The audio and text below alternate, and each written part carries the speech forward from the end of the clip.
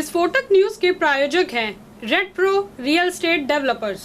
नमस्कार, विस्फोटक न्यूज में आपका स्वागत है। मैं हूं विशेषता अग्रवाल।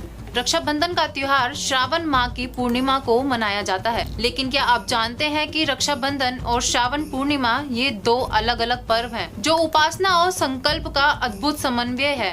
कहा जाता है कि देवासुर संग्राम के युग में देवताओं की विजय से रक्षाबंधन का त्योहार शुरू हुआ था। एक बार देवताओं और असुरों के युद्ध में देवताओं की विजय को लेकर कुछ संदेह होने लगा। देवराज इंद्र ने इस युद्ध में प्रमुखता से भाग लिया था, लेकिन देवताओं को अपनी विजय पर संदेह था। यह सब देख देवराज इंद्र की पत्नी इंद्राणी गुरु बृहस्पति के पास पहुंच गई और उन्होंने देवताओं की विजय के लिए रक्षा सूत्र बांधने का सुझाव दिया। जब देवराज इंद्र राक्षसों से युद्ध करने जा रहे थे, तब उनकी पत्नी इंद्राणी ने इंद्र के हाथ में रक्षा सूत्र बांधा, जिससे उस युद्ध में देवराज इंद्र विजय हुए। उस दिन श्रावण मास की पूर्णिमा थी और उसी दिन से रक्षाबंधन का पर्व मनाने लगे। अनेक पुराणों में श्रावणी पूर्णिमा को पुरोहितों द्वारा दिया जाने वाला आशीर्वाद कर्म भी माना जाता है। ये ब्राह्मणों द्वारा यज्ञमान के दाहिने हाथ में बांधा जाता है। खंड में इस दिन पुरुष स्नान आदि करने के पश्चात तर्पण आदि करके नया जनेऊ धारण करते हैं।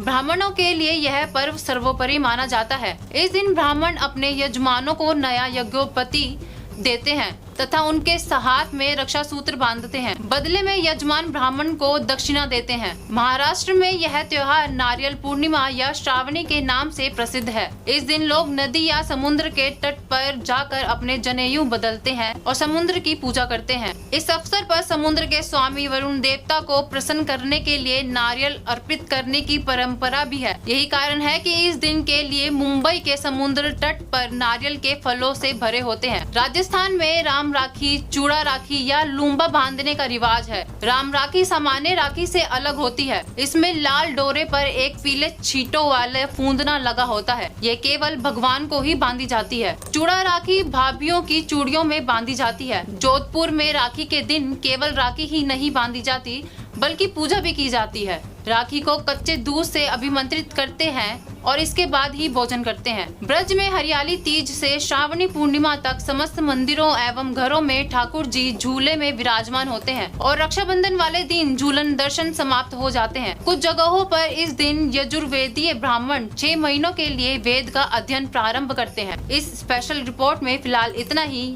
ऐसी ही तमाम जानकारियों के लिए देखते रहिए विस्फोटक न्यूज। धन्यवाद।